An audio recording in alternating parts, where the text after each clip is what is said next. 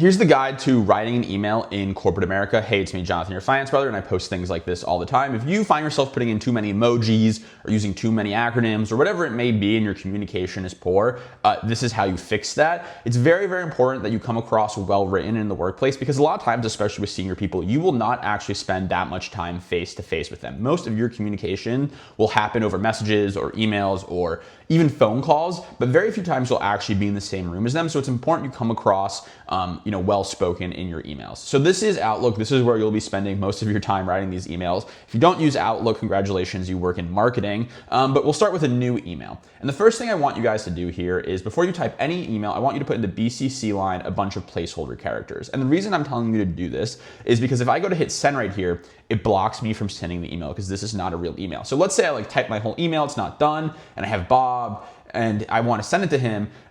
If I hit send, I might accidentally send an incomplete email, but this blocks me from doing that. So even it's not a real email, so it blocks me from doing that. It's super, super helpful. The next thing is when I'm actually composing this email, I want to write it to the most senior person.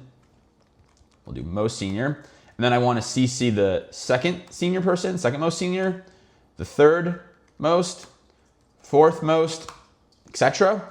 And then I want to add the subject line something very, very succinct. So it would be something like, XYZ analysis meeting. Something like that. Very short, very to the point.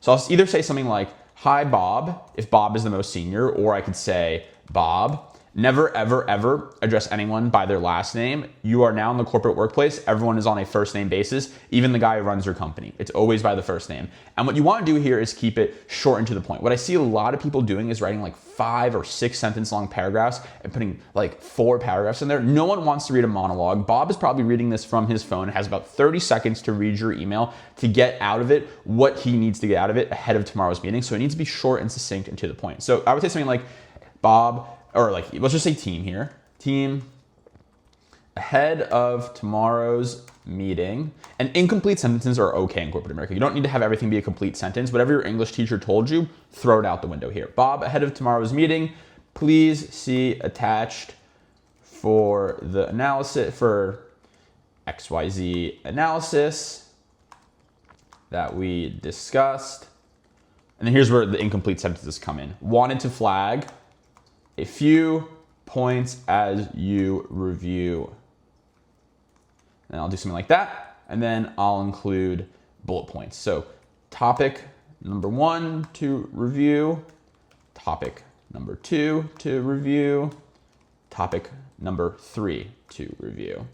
Then I'll say, please let me know if you have any questions or if helpful to catch up live ahead of the meeting to talk through anything.